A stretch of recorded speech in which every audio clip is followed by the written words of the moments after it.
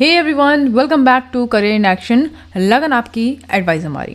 This Shilpa Saroj and आज के इस वीडियो में आप सभी का बहुत बहुत स्वागत है। आज के इस वीडियो में क्या है, देखो काफ़ी सारे स्टूडेंट्स यहाँ पे कह रहे थे कि मैम सैलरी स्ट्रक्चर भी बताइए ज़रा RSSB, माइन फोरमैन और सर्वेयर का, राइट। तो अभी जैसे कि आप देख पा रहे हो कि 23 फरवरी को आपको एग्ज़ाम है, राइट। 23 फैब को आपका एग्ज़ाम है। तो हम जो है कोर्स लॉन्च किया था हमने। कोर्स क्या मीन्स आप ये कह सकते हो कि स्टडी मटेरियल्स वगैरह है, तो उसमें आपको लेक्चर्स, ऑब्जेक्टिव प्रैक्टिस और उसमें आपको टेस्ट सेट्स मिल जाएंगे जिससे आप प्रैक्टिस कर सकते हो लास्ट मोमेंट पे, ठीक है। तो अभी तो इतना जल्दी एग्जाम हो रहा है तो उसमें अभी कोर्स चलाना तो पॉसिबल नहीं होगा कि अभी लाइव कोर्स चलाया जाए, इसलिए जो है आपको स्टडी मटेरियल्स मिल जाएगा, तो आप स्टडी मटेरियल्स ले सकते हो। हालांकि आज के इस वीडियो में हम क्या जानेंगे कि जो सैलरी स्ट्रक्चर है वो कैसा है, चलो देखते हैं। तो यहाँ पर आप देख पा रहे हो कि हाल ही में RSSB, ठीक है, यानी कि राजस्थान स्टाफ सिलेक्शन बोर्ड, इसने जो है वैकेंसी आउट करी थी माइन सर्वेयर और माइन फोरमैन की, ठीक है। खनि कार्यदेशक और जो है आपका सर्वेयर, ये दोनों का जो है वैकेंसी आउट किया गया था। और डिपार्टमेंट कौन सा हो जाएगा? Rajasthan department of mines and geology, ठीक है। Rajasthan staff selection board. कितने वैकेंसी थी? 72 वैकेंसी थी। और पे मैट्रिक्स लेवल कितना है वो हम देखते हैं। तो अभी मैं आपको अच्छे से डिटेल में बताऊंगी कि एग्जैक्टली क्या क्या चीज़ें आपको जाननी है और आपको पता होना चाहिए जब आप तैयारी कर रहे हो, रिप्यूटेड गवर्नमेंट सर्विसेज की आप तैयारी कर रहे हो, तो यू शुड नो कि हाँ भाई क्या पे मैट्रिक्स लेवल है और किस तरीके का ये वैकेंसी है, किस तरीके का पोस्ट है, क्या क्या पर्क्स इसमें मिलते हैं, वो सब चीज़ें हम इसमें देखेंगे। तो पहले तो ये जान लो कि पे मैट्रिक्स लेवल क्या है, लेवल 10 है। और पे बैंड क्या है, यानी कि आपका जो पे स्केल होगा वो 9,300 से लेके 34,800 तक रहेगा। ये आपका पे बैंड है, पे स्केल है। अब देखिए यहाँ पे क्या है कि आप एक चीज़ नोटिस करोगे कि यहाँ पे ग्रेड लिखा हुआ है, ठीक है, लेवल लिखा हुआ है। तो जो ग्रेड है सिस्टम है, ठीक है, 7th पे कमीशन में अगर मैं बोलूँ तो ग्रेड पे जो था वो 6 पे कमीशन में था, उसको रिमूव कर दिया गया है। उसके जगह पे 7th पे कमीशन में क्या ले आया गया है? पे मैट्रिक्स लेवल, ठीक है। तो अभी आप जब देखोगे तो ग्रेड पे को कन्वर्ट कर दिया गया है लेवल में। पे मैट्रिक्स में जब आप देखोगे तो लेवल, तो यहाँ पे आप देख पा रहे हो लेवल किस लेवल में, लेवल 10 में लिखा हुआ है, राइट। तो वही चीज़ है। यहाँ पे एक और चीज़ आप नोटिस करोगे कि ग्रेड जो यहाँ पे आप देख पा रहे हो, यहाँ पे क्या लिखा हो? ग्रेड 2, ठीक है। इसका मतलब कि जो ग्रेड 2 है यानी कि ये आपका लोअर सीनियरिटी लेवल है एज़ कम्पेयर टू ग्रेड 1। तो ग्रेड 1 में सीनियर पोजीशन है, तो इसीलिए ग्रेड 2 यहाँ माइन फोरमैन लिखा हुआ है, ठीक है। तो क्या एलिजिबिलिटी चाहिए होता है? तो सर्वेयर के लिए आपको डिप्लोमा इन माइनिंग होना चाहिए या फिर सिविल इंजीनियरिंग होना चाहिए, और माइन सर्वेयर के लिए डिप्लोमा इन माइनिंग इंजीनियरिंग होना चाहिए, ठीक है, माइन सर्वेयर के लिए। और यहाँ पे एक चीज़ और छूट गया है, माइन फोरमैन, ठीक है। माइन फोरमैन के लिए आपका डिप्लोमा होना चाहिए माइनिंग से, या फिर आपका BSc होना चाहिए, BSc इन जियोलॉजी, ठीक है। Then you are eligible for this vacancy. चलो बढ़ते हैं आगे। ये देखिए यहाँ पे क्या लिखा हुआ है, the surveyor and mine foreman post generally comes under पे मैट्रिक्स लेवल 10 इन स्टेट और central government jobs particularly in mining department. तो यहाँ पे आप देख सकते हो क्या लिखा हुआ कि जो आपका सर्वेयर है और जो माइन फोरमैन है ये किस पे मैट्रिक्स लेवल में आते हैं? लेवल 10 में आते हैं, ठीक है। अभी ये सब लेवल वगैरह क्या है ये मैं आपको बताऊंगी, पहले इसको देख लेते हैं हम। तो अभी हमारा क्या चल रहा है? 7th पे कमीशन चल रहा है ना। अभी हल्ला था इतना कि भाई 8 पे कमीशन आ गया है, अभी वो लागू हो जाएगा। भैया अभी लागू नहीं होगा, वो 2026 में लागू होगा। तो अभी जो आपका चल रहा है वही हिसाब से जो है आपका पेमेंट वगैरह, सैलरी वगैरह आएगी, ठीक है। अभी सिर्फ बात हो रही है कि हाँ लागू किया जाएगा, ये नोटिफिकेशन आया है, ये जारी किया गया है, लेकिन इतनी जल्दी इम्प्लीमेंट नहीं होता है चीज़ें, ठीक है। चलो तो सबसे पहले हम ये देख लेते हैं, एक मिनट रुक जाओ, सबसे पहले मैं यही बता देती हूँ आपको। ये देखिए तो यहाँ पे आप देख सकते हो कि भाई लेवल 13 तक जो है आपका 7th सेंट्रल पे कमीशन के अकॉर्डिंग बताया गया है। तो इस लेवल से क्या होता है कि आप ये डिटरमाइन कर सकते हो कि आपका जो बेसिक पे है वो कितना मिलेगा, बेसिक पे कितना मिलेगा, इंक्रीमेंट कितना मिलेगा, ठीक है, ओवरऑल सैलरी स्ट्रक्चर आपका कितना होगा। तो आप इससे जो है पता कर सकते हो। जैसे कि मैं आपको बताऊं यहाँ पे, ईच पे matrix level correspondent specific government post and salary structure. तो जैसे कि यहाँ पे लेवल लिखा हुआ है, यहाँ पे स्टार्टिंग बेसिक पे लिखा हुआ है, यहाँ पे मैक्सिमम पे बेसिक पे लिखा है, ठीक। और ये एग्जाम्पल पोस्ट, यानी कि लेवल 1 की अगर मैं बात करूँ तो इस लेवल 1 में कौन कौन से पोस्ट आ जाएंगे, जैसे प्यून हो गया, वॉचमैन हो गया, ग्रुप D के जितने भी स्टाफ हैं ये सब लेवल 1 ग्रेड में आ जाएंगे, ठीक है, लेवल 1 में। अब इनका स्टार्टिंग बेसिक पे जो है वो 18,000 से स्टार्ट होता है। ये मैंने आपको एक अप्रॉक्स बताया है, ऐसा नहीं है कि यही फिक्स है, 18,000। उसके बाद मैक्सिमम बेसिक पे जो है वो कितना जाएगा? 56,900, ठीक है। ये मैक्सिमम बेसिक पे हो जाएगा इनका, लेकिन जो स्टार्टिंग बेसिक पे है वो इतना रहेगा, 18,000, ठीक है। तो ये हो गया। लेवल 2 की बात कर लूँ तो इसमें आपका क्लर्क, टेक्नीशियन, असिस्टेंट वगैरह आ जाएंगे और 19,900 से इसका बेसिक पे स्टार्ट होता है। ठीक है, फिर इसमें आपका सब कुछ ऐड होगा, जो आपका पर्क्स मतलब आपका जो अलाउंस है वो सब कुछ ऐड होने के बाद लास्ट जो आपका सैलरी मिलेगा इन हैंड वो कितना मिलेगा। फिर यहाँ पे लेवल 6 पे आ जाते हैं हम। लेवल 2, 3 ऐसा ही है सारा। लेवल 6 में आपका junior engineer, assistant, section officers ये सब आ जाएंगे। 35,100 400 से स्टार्ट होता है इसका बेसिक पे।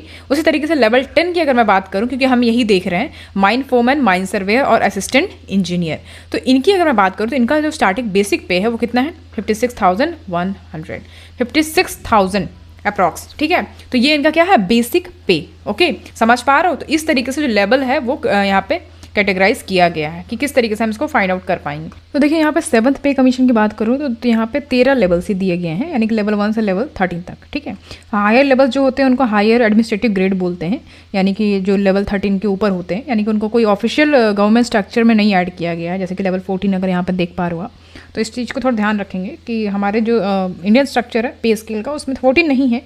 बस हम ये कहते हैं कि भाई जो सीनियर एग्जीक्यूटिव पोजीशन होता है वो 14 में आएंगे। ठीक है, डायरेक्टर वगैरह हो गए। तो ये आपका माइन फोरमैन सैलरी स्ट्रक्चर है। तो इस तरीके से आपका सर्वेयर का भी होगा। ठीक है, मैं माइन फोरमैन का बता रही हूँ आपको। तो खनि कार्यदेशक, ठीक है। तो रिक्रूटिंग बॉडी जैसे कि मैंने बता दिया आपको कौन है, RSSB है। ठीक है, पे लेवल यहाँ पे देख रहे हैं 10th पे लेवल है और 7th पे कमीशन के द्वारा जो है ये लेवल 10 में रखा गया है। इसको पे लेवल इसका क्या है 10th पे लेवल। ठीक है, पे बैंड की बात करूँ तो कितना इसका बन रहा पे स्केल 9,300 से लेके 34,800। ठीक है, तो आपका जो इन हैंड सैलरी आएगा वो इतना आएगा। ठीक है, ये 9,300 है, इसमें सब कुछ ऐड होता जाएगा। ठीक, उसके बाद लास्टली आपको मिलेगा कितना, इतना मिलेगा। ठीक, मंथली सैलरी आप देख पा रहे हो यहाँ पे, ये देखो मंथली सैलरी 33,000 से लेकर 38,000 अप्रॉक्स जो है इतना ही मिलेगा आपका। और एनुअल सैलरी की बात करूँ तो मतलब 4.5 लाख अप्रॉक्स जो है आपका क्या बनेगा, पैकेज बनेगा इस तरीके से। ठीक, अब यहाँ पे सैलरी को हम क्या करेंगे, ब्रेक डाउन करते हैं, देखते हैं जरा कि किस तरीके से इसको समझोगे आप।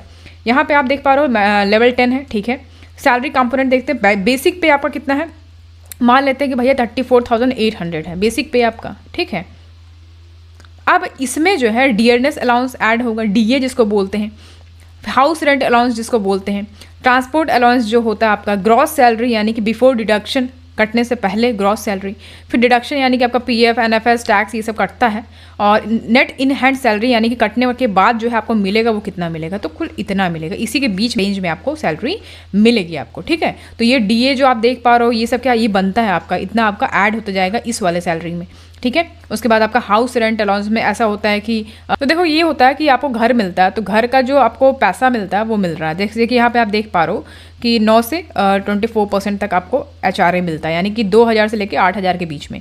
तो अगर आप के पास घर है ऑलरेडी, यानी डिस्टेंस पे है, तो आप तो आराम से घर नहीं ज़रूरत है आपको तो आप पैसा ले सकते हो। तो उसी तरीके से ये सब ऐड होता है। ट्रांसपोर्ट अलाउंस मिलता है आपको, ये ऐड होता है। उसके बाद फिर आपका बनेगा कितना, इतना बन रहा है। इसमें से आपका टैक्स वगैरह भी तो कटेगा ना, तो 12,000 से अप्रॉक्स टैक्स कटने वाला है आपका। तो कुल मिला के मिलना कितने वाला है, इतने के बीच में आपका सैलरी आने वाला है। ठीक है, तो जो आपका HRA और जो TA है ना, यानी कि ट्रांसपोर्ट अलाउंस और हाउस रेंट अलाउंस, ये डिपेंड करता है कि भैया किस एरिया में आप रह रहे हो, लोकेशन वाइज जो है ये वैरी करता है। तो थोड़ा सा ऊपर नीचे हो सकता है, ये आप देख लेना। उसके बाद पर्क्स एंड बेनिफिट्स की बात कर लूँ, यहाँ पे जॉब सिक्योरिटी देखिए, permanent government job with pension. तो भाई ये तो सबको पता है कि भाई परमानेंट गवर्नमेंट जॉब है, पेंशन मिलेगा आपको। अलाउंस यानी कि HRA, DA, TA, medical, LTC ये सब कुछ मिलता है। ठीक है, तो यहाँ पे देखो जैसे मैं बोलूँ तो यहाँ पे कई तरीके का आपका अलाउंस होता है, जैसे कि डियरनेस अलाउंस जिसको बोलते हैं, फिर आपका हाउस रेंट अलाउंस होता है, ट्रैवल अलाउंस होता है, उसके बाद आपका सिटी कंपनसेटरी अलाउंस भी होता है, CCA जिसको बोलते हैं, और एक होता है आपका LTA यानी कि लीव ट्रैवल अलाउंस जिसको बोलते हैं। मेडिकल अलाउंस तो जानते ही हो आप, और एक कन्वीनियंस अलाउंस होता है और इंटरटेनमेंट अलाउंस होता है। इतना कुछ अलाउंस होते हैं, तो इनके बारे में आपको पता होना चाहिए। ठीक है, तो ये सारे देखिए ये अलाउंस मिलते हैं आपको। इंक्रीमेंट, एनुअल इंक्रीमेंट देखो जैसे क्या होता है कि 3% फिक्स इंक्रीमेंट होता है बेसिक पे पे, यानी कि जो बेसिक पे आपका है सैलरी उस पे जो है हर साल 3% क्या करते हैं, इंक्रीमेंट करते हैं। ठीक है, तो ये हो सकता है इसमें जो आपका 8 पे कमीशन आएगा उसमें काफ़ी इंक्रीमेंट यानी बढ़ाने की बात किया गया है। तो उसको ऑब्वियसली बात है, जब 3% इंक्रीमेंट हो रहा है हर साल, तो ये अगर हम इसको हम कर दें अगर 6% कर दें तो जाहिर सी बात है काफ़ी बढ़ोतरी होगा आपके सैलरी में। ठीक है, तो ये हो गया। प्रमोशन स्कोप की बात करें तो आप हायर पोस्ट पे जा सकते हो, अगर आपका एक्सपीरियंस जैसे जैसे बढ़ेगा तो जाहिर सी बात है आपका जो लेवल है वो भी इंक्रीज़ होगा, तो आपका यहाँ पे प्रमोशन हो सकता है। अब यहाँ पे आप देख सकते हो कि प्रमोशन एंड कैरियर ग्रोथ में क्या दिया हुआ है कि आप हायर डिपार्टमेंट में, यानी हायर डिपार्टमेंट के एग्जाम्स आप दे सकते हो, हायर पोस्ट पे जा सकते हो, ठीक है, डिपार्टमेंटल एग्जाम्स वगैरह दे के। तो सीनियर माइन फोरमैन होता है, यानी कि आप लेवल 10 में थे, फिर लेवल 10 में थे आप, फिर लेवल 11 में आओगे आप, फिर लेवल 12 में आओगे, फिर लेवल 13 में आएंगे। तो सीनियर माइन फोरमैन आप देख पा रहे हो, ये बनोगे आप जब माइन फोरमैन के बाद। तो उसकी सैलरी आप देख सकते हो इतना है, 42,000 तक है per month. Assistant mining engineer की बात करें तो ये देख पा रहे हो, उसका सैलरी देखिए 67 में अप्रॉक्स 70 तक पहुँच सकता है। उसके बाद माइनिंग इंजीनियर की बात करें तो लेवल 13 पे आओगे आप, तो कुछ देख पा रहे हो 78,000 पर मंथ यहाँ पे देख पा रहे हो। ये आपका इंक्रीमेंट होता है अगर आप प्रमोशन हो जाता है आपका, तब प्रमोशन की बात कर रही थी मैं, ठीक है। तो ये चीज़ें हो गया। और यहाँ पे अगर मैं बोलूँ कि ये क्या अच्छा जॉब है, तो बिल्कुल अच्छा जॉब है, और जाहिर सी बात है पेंशन मिल रहा है, बेनिफिट्स मिल रहे हैं, क्या चाहिए आपको, ठीक है। तो ये चीज़ें बढ़िया हैं। अच्छा, उसके बाद यहाँ पे मैंने आपको ये चीज़ें तो समझा दी ना, आपको समझ में आ गया ना, ये पे स्केल लेवल जो है मैं बता रही थी, ये लेवल समझना ज़रूरी था, राइट। हाँ, तो बेसिक पे यानी कि फिक्स स्टार्टिंग सैलरी जो होता है आपका उतना ही मिलेगा। एनुअल इंक्रीमेंट तो मैंने आपको बता दिया कि हर साल 3% आपका पर ईयर जो है क्या होगा, इंक्रीमेंट होगा, यानी कि 33% इंक्रीमेंट होगा, वो आपके बेसिक पे में क्या होगा, ऐड होता है। तो ये सारे अलाउंस मिलते हैं। So as experience increases the salary gradually moves up with this level until promotion to level 12 and level 13। तो क्या बोला कि जैसे जैसे आपका एक्सपीरियंस इंक्रीज होगा, आपका जो सैलरी है वो क्या होगा, ग्रेजुअली ऊपर की तरफ जाएगा, यानी कि लेवल के थ्रू क्या होगा, ऊपर की जाएगा, प्रमोट होगा। यानी कि लेवल 10 में अगर आप हो तो लेवल 11 में जाओगे, 12 में जाओगे, 13 में जाओगे। समझ पा रहे हो, ये इस तरीके से है। अब यहाँ पे देख सकते हैं जैसे लेवल 13 14 में दिया हुआ है, तो लास्ट में 14 जो है देख पा रहे हो, डायरेक्टर एडिशनल चीफ इंजीनियर जिसको बोलते हैं, यहाँ पे चीफ इंजीनियर है, सीनियर माइनिंग ऑफिसर है, तो ये लेवल 13 की जो है अंडर में आ जाएगा, ठीक है। तो ये कुछ चीज़ें था जो मैं आपको बताना चाहता था। बहुत बढ़िया पोस्ट है, एक सीट अपने नाम कर लो, काम बन जाएगा आपका, ज़िंदगी मस्त खुशहाल जियो, और क्या चाहिए आपको, राइट। तो मैं तो यही बोलूँगी, सबको ऑल द बेस्ट बोलना चाहूँगी कि बढ़िया से जो है एग्ज़ाम को दीजिए, और बहुत ध्यान से, उसमें पैनिक नहीं होना है एग्ज़ाम हॉल में कि जाके कि भाई वहीं पे सब कुछ आपको याद आने लगे, ऐसा नहीं है। सारा माइंड को आप अपना जो है एक जगह फोकस करोगे, और जितनी भी परेशानी है उसको साइड आउट करेंगे, और अपना क्वेश्चंस पे दिमाग लगाओ कि क्या क्वेश्चन पूछ रहा है, और आप उससे क्या क्या चीज़ें निकाल सकते हो। मतलब कि जो क्वेश्चन पूछ रहा है उससे आप क्या क्या चीज़ें फैक्ट्स जानते हो, और फिर आप कंक्लूजन तक पहुँचिए कि क्या क्वेश्चन पूछ रहे हो और कैसे आप उसका आंसर करोगे, ठीक है। तो ये चीज़ें हो गई। और बाकी कोई दिक्कत हो, आप परेशानी लगे, तो आप कमेंट सेक्शन में कमेंट कर सकते हो, बाकी हमारे दिए गए नंबर पर कांटेक्ट कर सकते हो, ठीक है। तो आई होप कि आपको समझ में आया होगा सैलरी स्ट्रक्चर, और ओवरऑल मैं कहूँ तो बहुत बढ़िया पोस्ट है। देखो, कोई भी जॉब छोटा बड़ा नहीं होता है, अगर आपका नॉलेज साथ दे रहा है तो आप चलो बेसिक से स्टार्ट करो ना, आप एक्सपीरियंस के तौर पे जो है आप हायर पोस्ट पे जा सकते हो।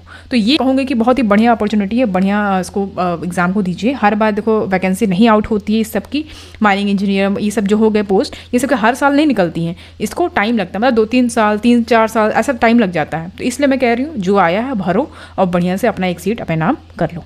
ओके, चलो तो आज के लिए इतना ही रखते हैं, मिलेंगे आपसे इसी तरीके से जल्दी ही नेक्स्ट क्लास में। Thank you so much for watching, see you at the next class.